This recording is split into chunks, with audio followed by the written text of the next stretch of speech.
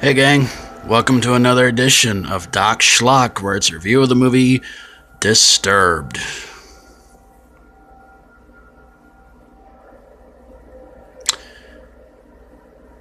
That's not a word I'd use for this. How about repetitive? Lame. Complete waste of time. It's apparently a movie about an escaped mental patient. Stop me if you've heard this one before. Who hunts down a woman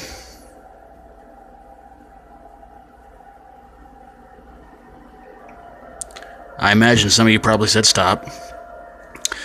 But here's the twist. This woman, she has a younger sister who gets picked on a lot in school and a younger brother. Yeah. And this woman deals in real estate. Wait a minute, I already reviewed this movie. It's called Open House.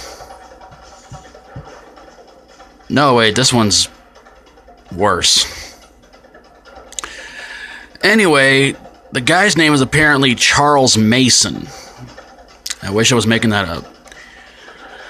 And he goes around, kills people. First part of the movie, he's torturing and killing this one woman. Cuts off her limbs, everything like that.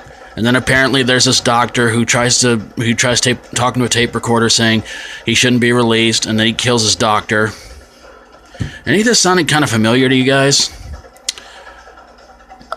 So he tries to go after the female, the woman real estate seller, but along the way kills a bunch of people in some pretty bad ways, pretty stupid ways.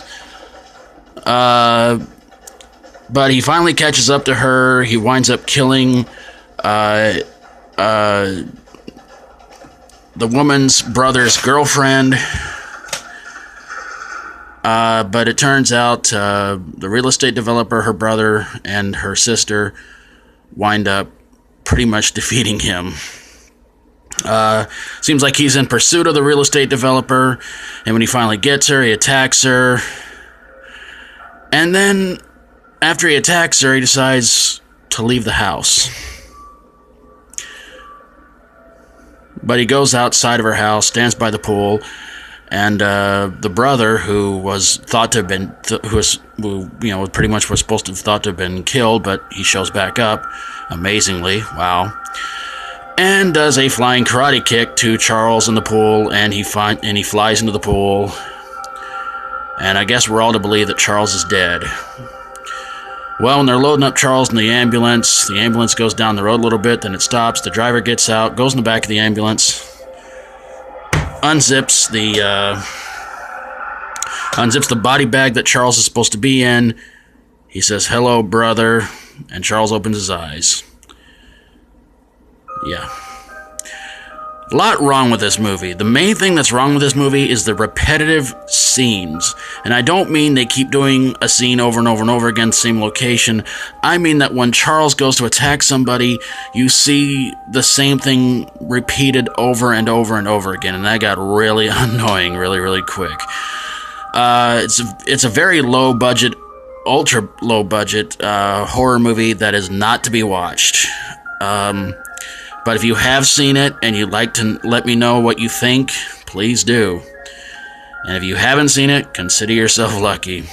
And if you have a horror, sci-fi horror, comedy horror, or fantasy horror movie you would like for me to review that you thought sucked, send it this way and I'll get on it ASAP. Thanks for watching, and until next time, for Doc Schlock, stay strong and rock on.